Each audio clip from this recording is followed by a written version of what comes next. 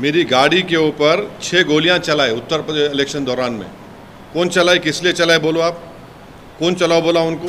अस्सलाम वालेकुम रहमतुल्लाहि व बरकातुहू। आज 18 जुलाई 2024 बरोज़ जुमेरात बैरिस्टर असदुद्दीन ओवैसी साहब ऑल इंडिया मजलिस इत्तेहादुल मुस्लिमीन के सदर प्रेस कॉन्फ्रेंस कर रहे थे और मुसलमानों पर जो हो रहा है जुल्म उस पर वो बात कर रहे थे। बिलखुसूस कोल्हापुर महाराष्ट्र में मस्जिद को ढाने की कोशिश की गई और मस्जिद के अंदर फसाद मचाया गया फ़िरक़ा परस्तों ने, और वहाँ रहने वाले मुसलमानों पर जुल्म सितम किया गया।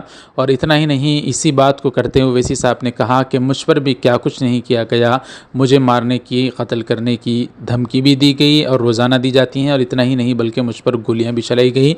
इस तरह की बात करते हुए ओवैसी साहब जज्बाती हो गए। आप हजरात की खिदमत में उनका ये बयान रखते हैं, मुलाहिज़ा फ़रमाएँ, दुआ फ़रमाएँ, अल्लाह ताला तमाम मज़लूमीन की, तमाम मुसलमानों की हिफाजत फ़रमाए। मेरी गाड़ी के ऊपर 6 गोलियां चलाए उत्तर प्रदेश इलेक्शन दौरान में। कौन चलाए, किस लिए चलाए, बोलो आप। कौन चलाओ बोला उनको। रोज़ मेरे को धमकियां आते, मैं अब देखना चाह रहा हूँ, मैं सेल फोन में SMS करके धमकी, तेरे को गोली मार देंगे।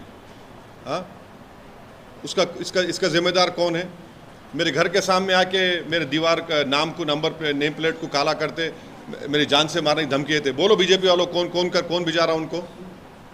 अब तक क्यों नहीं पकड़े उन लोगों को आप। दिल्ली में आपकी हुकूमत है ना, क्यों नहीं पकड़े उनको आप। ये चक्कर है, आप रेडिकलाइज कर रहे हैं, आपके जो आपकी आइडियोलॉजी के मानने वालों को एम्बोल्डन कर रहे हैं आप, और आप दूसरों को आईना दिखा रहे हैं। अरे खुद तो अपना आईने में देख लो, चेहरा अपना कितना बुरा दिख रहा।